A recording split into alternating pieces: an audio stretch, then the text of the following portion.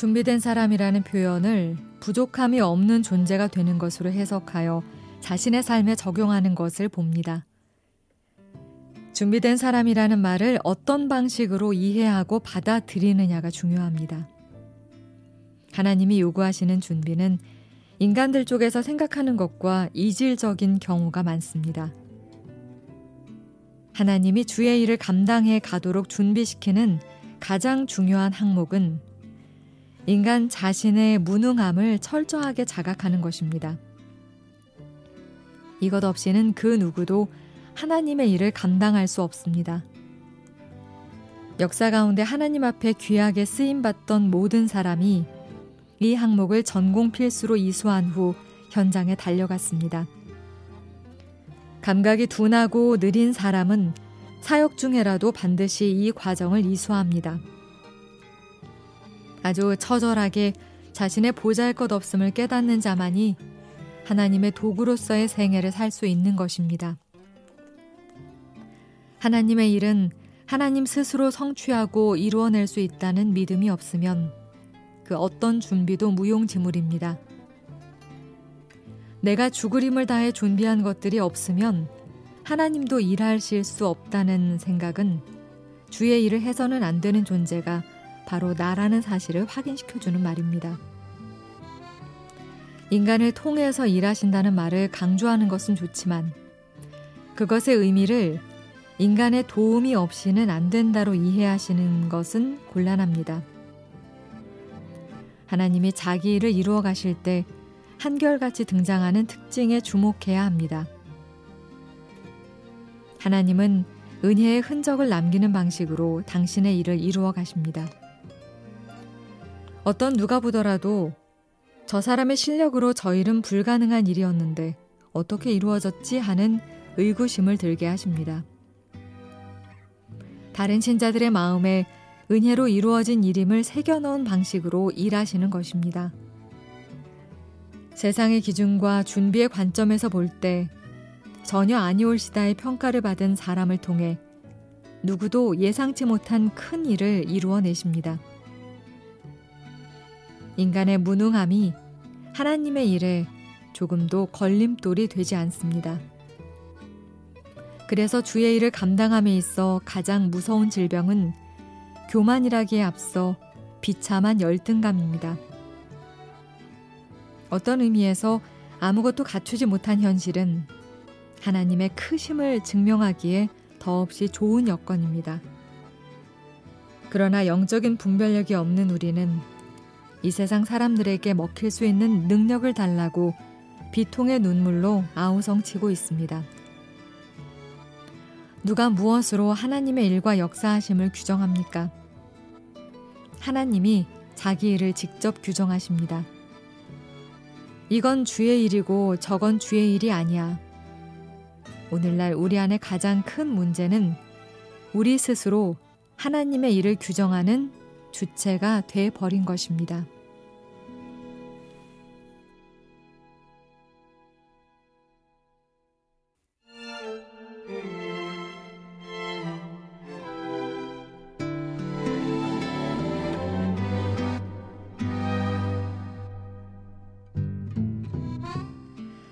경배 아저씨는 언어장애 4급을 판정받은 분입니다. 늘 밝고 즐거움이 가득한 얼굴의 경배 아저씨가 오늘은 더 신이 났습니다. 새집이 생겼기 때문입니다. 저소득층과 장애인을 배려하는 국가정책의 수혜자가 된 것입니다. 목사님, 한 달에 45,000원만 내면 돼요. 경배 아저씨 얼굴에는 미소가 한가득입니다. 20년 동안의 단칸방 생활을 청산할 수 있게 된 그 기쁨은 겪어보지 않은 사람은 헤아리기 어려운 천국의 선물입니다. 기쁨에 동참하기 위해 권사님들과 집사님 2분을 모시고 새로 이사한 13평 아파트로 신방을 갔습니다. 사철에 봄바람 불어있고 하나님 아버지 모셨으니 믿음의 반석도 든든하다.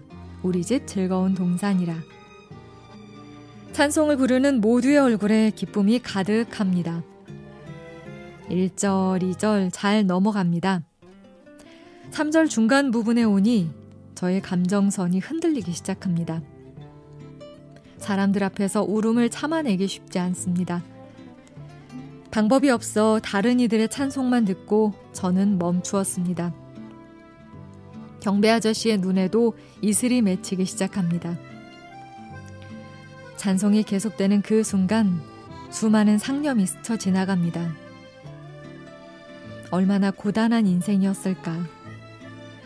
아흔이 넘은 어머니를 모시고 살면서 겪은 서러움과 아픔들.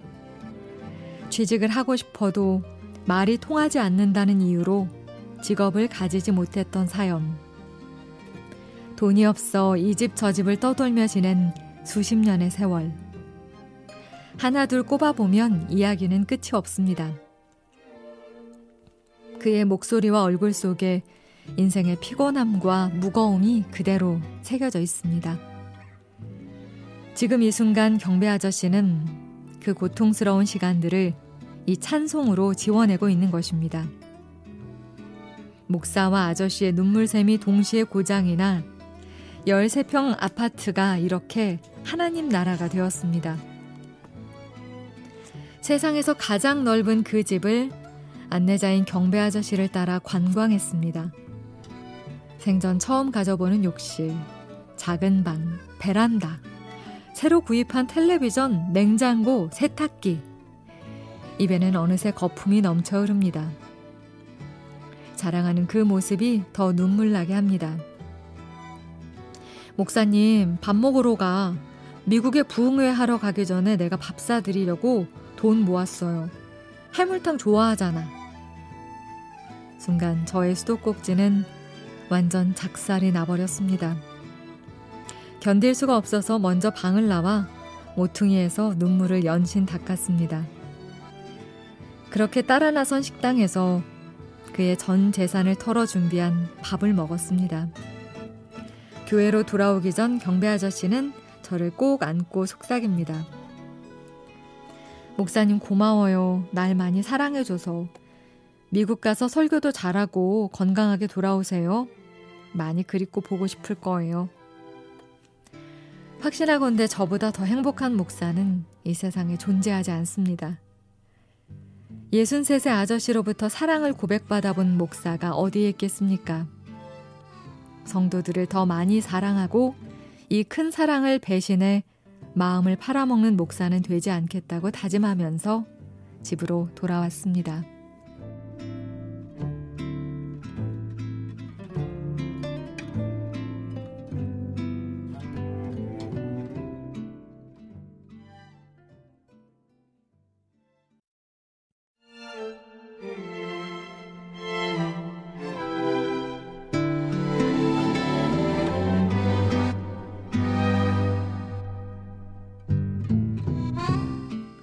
세상 사람들이 자신의 힘과 능력으로 이루어내는 그 내용을 하나님의 능력을 통해 이루는 것을 기독교 신앙이라고 착각하지 마십시오. 하나님 안에서의 성공은 세상적인 가치와 기준으로 확인되고 평가되는 것이 아닙니다. 무엇보다 하나님은 인간들의 자기 의와 자기 증명의 수단으로 동원 가능한 존재가 아닙니다. 하나님은 세상에서의 탁월함을 통해 하나님의 존재를 증명하는 자리로 우리를 부르시지 않습니다. 우리의 잘됨을 통해 세상은 결코 하나님 앞에 항복하지 않습니다. 정작 하나님의 관점은 정반대일 수도 있다는 사실을 기억해야 합니다. 우리가 이 세상에서 잘되는 방식만이 불신자의 영혼에 잔잔한 도전을 던지는 것이 아니라는 말입니다. 와, 저 사람은 삶의 형편이 저 모양인데도 신앙을 놓지를 않네. 도대체 뭐가 있기에? 이런 분들이 의외로 많다는 사실을 기억해야 합니다. 선교사 짐 엘리엇을 보십시오. 아웃가족 식인종들에게 습격당해 죽기 전 그의 손에는 권총이 있었습니다. 권총을 몇 방 당기면 얼마든지 그는 살 수 있었습니다. 그러나 그는 권총을 버리고 불쌍한 저들의 흉포함에 살해되는 길을 택합니다. 능력이 아우카족을 항복시킨 것이 아니라 세상이 흉내낼 수 없는 자원받는 고난받음이 아우카족으로 하여금 하나님이란 존재를 생각하게 만들었습니다. 힘과 성공으로 기독교 신앙의 우월함을 증명하려는 시도는 더 큰 도전과 파장을 몰고 올 뿐입니다. 압도적인 희생과 눈물이 끊이지 않는 비참한 현실. 그러나 그 속에서조차 최후 승리를 확신하고 노래하면서 걸어가는 신자의 인생살이가 세상을 감동시키는 것입니다. 우리가 살아온 인생을 통해서 싸워야 할 믿음의 싸움은 자존심 세우기가 아닙니다. 하나님의 은혜의 필요성을 절박하게 깨닫는 것과 그 은혜가 없이는 자폭할 수밖에 없는 인간임을 깨닫는 것이 우리의 본분입니다.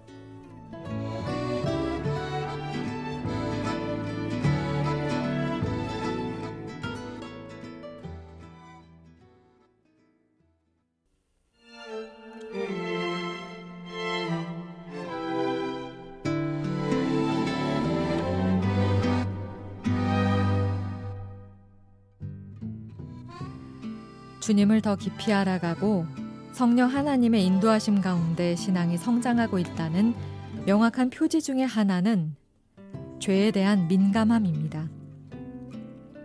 자기 자신의 죄의 깊이와 넓이에 대한 자각이 그 영혼을 진정한 겸손의 자리로 옮깁니다. 이것은 분명히 복되고 아름다운 것입니다. 그러나 비성경적인 죄책감 속에서 자신을 자기 연민으로 몰아넣으면서 그것을 신앙 성숙의 표지로 착각하는 사람들이 제법 많습니다. 그리스도와의 인격적인 사귐을 통해서 형성되는 자발적 자기 비하의 모습과 여전히 자기 자신이 주체와 주인으로 행세하면서 뿜어내는 자기 연민은 그 모양이 유사하기 때문에 구분하기가 쉽지 않습니다. C.S. 루이스도 자괴감과 자기 혐오는 긴 안목에서 보면 겸손에 이르도록 하는 메커니즘이다 라고 말했습니다. 그러나 이러한 감정이 자기 집중의 자리로 흘러가도록 만들면 안 됩니다. 그것은 신앙이 아닙니다. 엄밀한 의미에서 자기 집중은 자기 자신을 주인공으로 삼아 자기 의로움을 자랑하는 함정에 빠져들게 하는 것이기에 신앙적 관점에서 보자면 대단히 위험합니다. 진정한 회개의 열매는 자기 집중과 자기 연민의 자리에서 하나님의 관심과 시선의 자리로 옮겨가게 합니다. 이것을 놓치면 안 됩니다. 참된 회개의 열매인 겸손을 어떻게 정의해야 할까요? 그것은 자기 자신에 대한 낮은 평가이기보다는 자기 자신에 대해서 평가를 내리는 일에 자유로워지는 것입니다. 자기 자신에게 부여된 달란트를 지나친 언어를 동원해서 무시하고 부정하는 것이 아니라 하나님의 시각과 마음으로 자기 자신의 가치를 생각하면서 감사하는 마음이 진정한 겸손입니다. 자기의 객관적 능력을 실제보다 낮추어 평가하고 떠버리는 것은 겸손과 거리가 멉니다. 겸손은 아름다움을 추하다고 보는 것이 결코 아니기 때문입니다. 결론적으로 누군가 여러분을 향해서 진심 어린 칭찬과 격려를 보낼 때 아니에요, 저 그런 사람 아니고요, 알고 보면 허당입니다 라고 말하지 마시고 그렇게 봐주셔서 감사합니다, 이렇게 받는 겸손의 사람이 되시기를 바랍니다.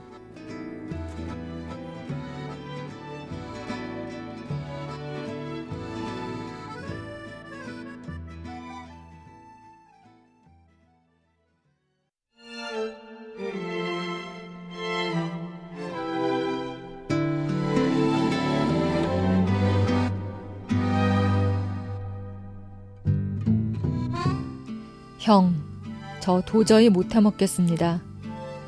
이게 교회예요? 저의 양심을 팔면서까지 사역을 하고 싶지 않습니다. 멀리 있는 후배로부터 걸려온 전화입니다. 해줄 말이 별로 없어서 이야기만 들어주다가 전화를 끊었습니다. 이런 갈등과 고민을 하는 후배들에게 무슨 말을 해야 할까요? 프랑스 철학자 자크 라캉이 말한 너무 분명하게 보는 고통이 후배에게 찾아온 것입니다. 교회의 부조리한 모습과 선하고 복된 하나님의 뜻과의 깊은 간격 앞에서 후배는 절망하고 있는 것이죠. 일반적인 관점에서 보면 선택은 두 가지밖에 없습니다. 체념이란 이름표를 자기 영혼에 달고서 조용히 절망의 자리에서 견디든지, 아니면 의로움의 불을 토하는 선지자의 자리로 나가든지. 그러나 이런 식의 인식과 판단은 하나님의 개입 여지를 축소시킵니다. 바다의 지평선이 있는 것은 그것이 끝이 아니라 우리 시야의 한계라는 것을 가르치는 것처럼, 하나님의 오묘하신 섭리에는 우리가 인식하지 못하는 길과 대안이 분명하게 존재합니다. 사랑하는 후배가 비겁하게 생각할지 모르지만 저는 더 기다리라고 말하고 싶습니다. 제가 후배에게 기다림을 요청한 가장 큰 이유는 분노하는 마음을 다스리지 않고는 하나님의 뜻을 수종들 수 없다는 확신 때문입니다. 사실 이것은 많은 실수와 잘못을 저질러 본 당사자로서 절절한 마음으로 전하는 부탁입니다.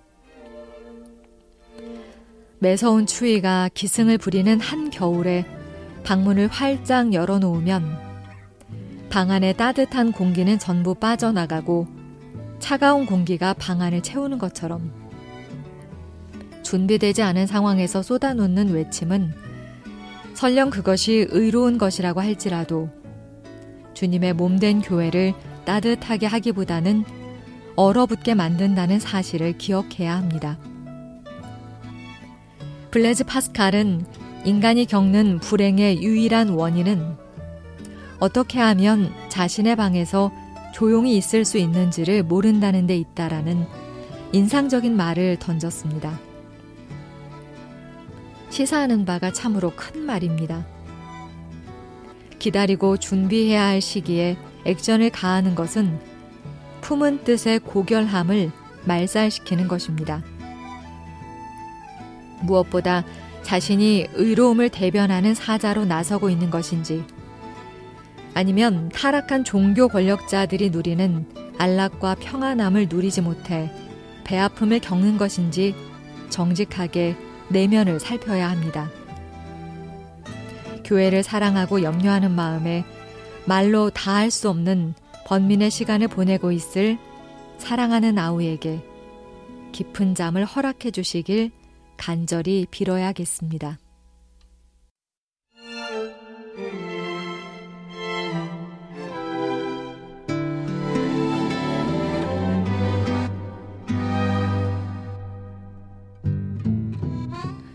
아프리카 속담에 아이들이 자라기 위해서는 마을이 필요하다가 있습니다.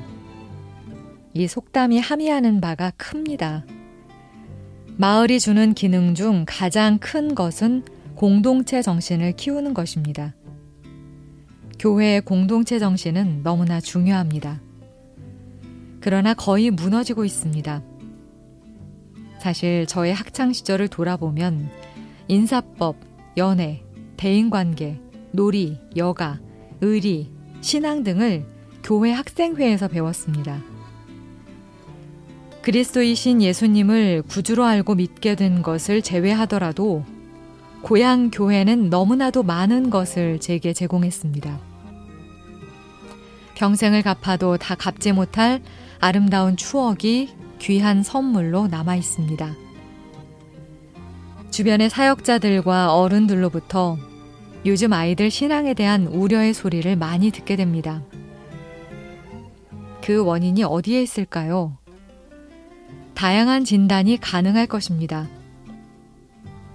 저는 개인적으로 아이들이 마음껏 뛰놀고 소중한 가치를 배울 수 있는 영적인 마을이 사라졌기 때문이라고 생각합니다. 문학의 밤, 수련회, 학생 성가대 등이 주는 가치는 단순히 신앙의 영역에만 머물러 있는 것이 아닙니다. 그러한 행사들을 기획하고 준비하는 과정 속에서 교회의 어른들로부터 눈물이 날 정도로 혼도 나고 따뜻한 격려와 섬김도 받으면서 우리는 성장했습니다. 적어도 제가 자라던 시절에는 교회가 마을이 되어 주었습니다.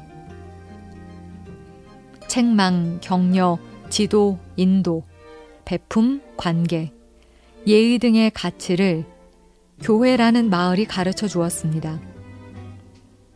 그런데 언제부터인가 교회는 더 이상 마을이 되지 못하고 있습니다. 조금 더 구체적으로 말하자면 아이들의 신앙과 품행에 대한 지도와 간섭, 더 나아가 책망할 수 있는 권한을 부모가 독점하는 분위기가 형성되고 있습니다. 내 아이의 인생과 믿음에 대해 너희들은 간섭하지 마.